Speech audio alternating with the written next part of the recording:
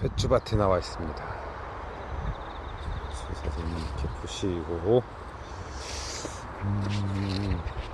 유튜브 동영상 보시면 이제 배추 재배 방법에 대해서 이렇게 많은 자료들이 올라와 있는 거 보실 수 있는데요. 저는 뭐 그런 거는 제가 올릴 필요도 없을 것 같고, 저는 자꾸 다른 거 그냥 간단하고 뭐 그런 거 있으면 알려드릴까 해서 이렇게 동영상을 찍고 있습니다.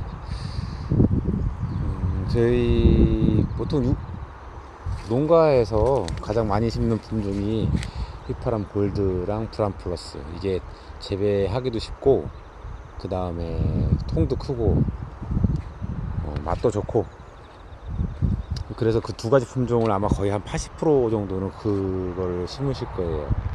제가 알기로는 저 괴산 쪽 이런 쪽은 브람플러스 위주, 저 해남 쪽은 휘파람 골드 많이 심으시는 것 같은데, 저희도 마찬가지지만 작년에 맛있는 가을 베타라고 얘기 들어보셨을지 모르겠지만 베타후레쉬라는 품종이 있어요. 그 흔히들 말하는 항암배추라고 하는데, 실제로는 항암배추라는 말을 쓰면 안 돼요. 그냥 기능성 베타크로이 함유된 기능성 배추라고 이렇게 표현을 하셔야 되고, 근데 베타후레쉬는 단점이 통이 너무 작아요. 그래서 지금은 거의 쌈배추 용도로 자리를 잡은 것 같더라고요. 그래서 그거를 보완하고자, 이제 그건 이제 흥농시대 파만농에서 나오는 건데, 보완하고자 나온 게 김장베타. 근데 그게 맛이 좀 떨어진대요. 통은 큰데. 그래서 작년에 또 다시 출시된 게 맛도 좋고 통도 키운 게 맛있는 가을 베타. 작년에 먹을 것만 한 500포기 심어봤는데, 장점이 이렇게 파종한 지 한 100일이 지나도 보통 배추들을 보시면 이게 화면으로 잘 안 나올 텐데, 여기 호수를 좌측 우측 비교해 보면 좌측이 좀 진녹색, 우측이 연녹색인 걸 볼 수 있을 거예요. 보통 배추들이 90일, 95일이 넘어가면 배추 겉잎이 노랗게 변하게 되는데, 나이를 먹으면서 그 맛있는 가을 베타 계열 품종은 100일이 넘어도 파란 색깔 겉잎이 그대로예요. 그 저장성이 좋아서 수확을 하고 나서, 그러니까 수확할 수 있는 시기를 조절을 할 수가 있어요. 100일, 105일이 돼도 배추 상태가 거의 그대로예요.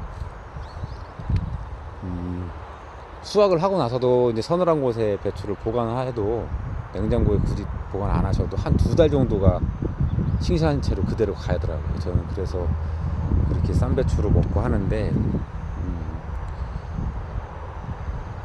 그 단점, 장점 이렇게 말씀드리기보다는 특징이 있는데, 잎사귀가 너무 단단해서 배추가 김치를 담거나도 물르지가 않아요. 이제 물르지 않는 거를 좋아하시는 분들은 좋아하실 테고, 또 어르신들은 찌개용으로 너무 단단하다 보니까 찌개용으로 잘 안 어울리기도 한다고 하는데, 작년에 담아놓은 김치가 아직도 싱싱해요. 저희 김장 김치 담아놓은 것들이. 그래서 지금 계속 사진만 이렇게 찍고 있는데, 품종을 한번 속을 보면서 비교를 해드릴게요. 그럼 다시 이쪽으로 가서,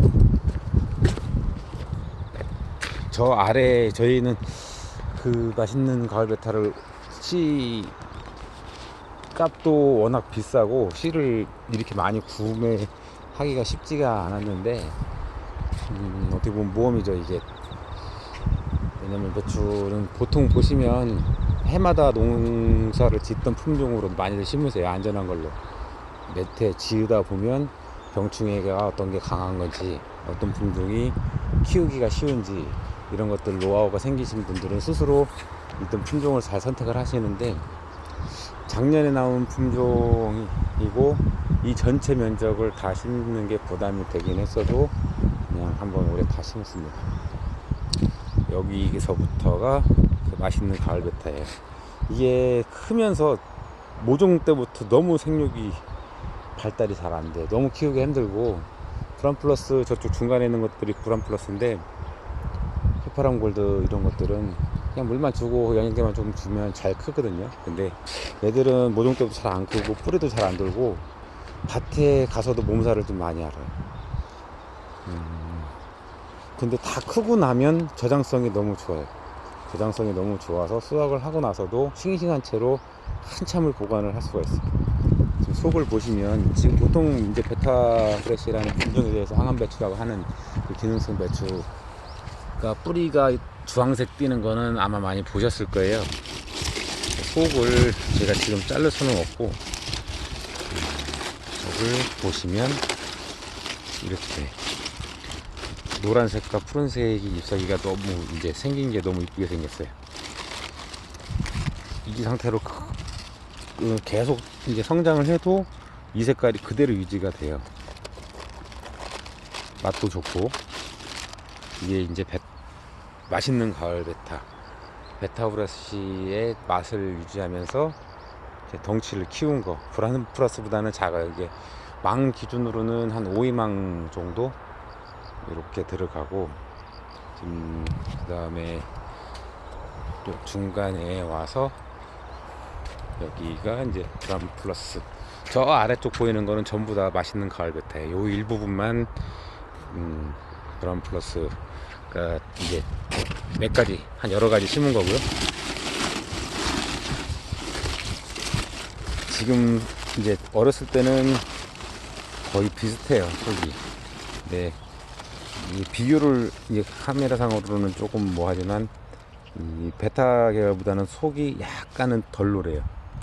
덜 노랗고, 이제 베타 맛있는 가을 베타가 이제 베타 후레쉬 이런 품종은 속이 엄청나게 완전히 노랗게 되는 거를 볼 수가 있고요. 그 다음에 이쪽에는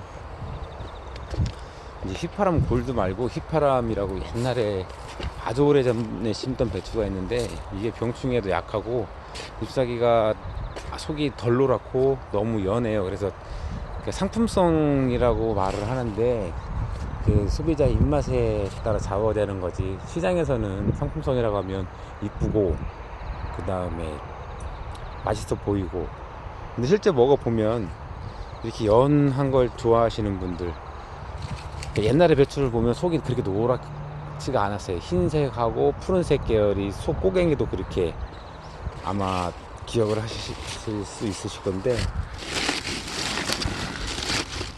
지금은 아직 어린 상태라 속이 조금은 노란 상태인데, 이게 다 크면 이게 노란기가 좀 많이 빠져요.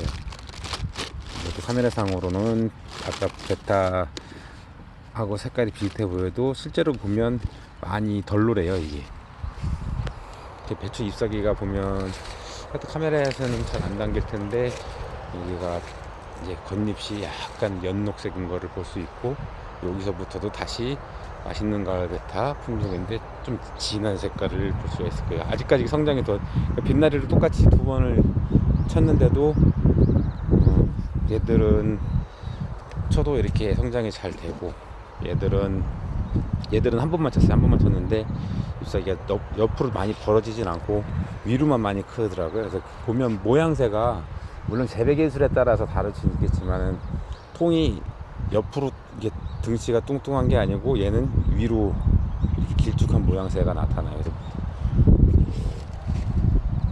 그런 특징이 있는데, 보통 보면 배추를 우짜란다라고 오해받을 수 있는데 원래 이 품종 자체가 그런 것 같아요. 물론 잘 키우면 또 어떻게 될지 모르겠지만, 그래서 지금 대략 이게 한 3만 포기 정도 되는데요. 지금 하여튼 이 품종은 병충해에 워낙 강해요. 작년에 한 500포기 심었었는데 병들은 게 한 개도 없었어요. 옆에 있는 다른 품종들은 병들은 것들이 많이 나왔는데, 키우기가 힘들다는 뜻은 성장이 더디고 병해충에 약하다는 뜻이 아니고요. 성장이 더디고 몸살을 좀 많이 앓고, 그 다음에 모양이 안 예쁘게 커가는 것 같은 느낌이 들어요. 제 생각에는. 워낙 많이 심다 보니까 바닥에 비닐 멀칭은 안 하고 풀은 다 손으로 매일 뽑고 있습니다.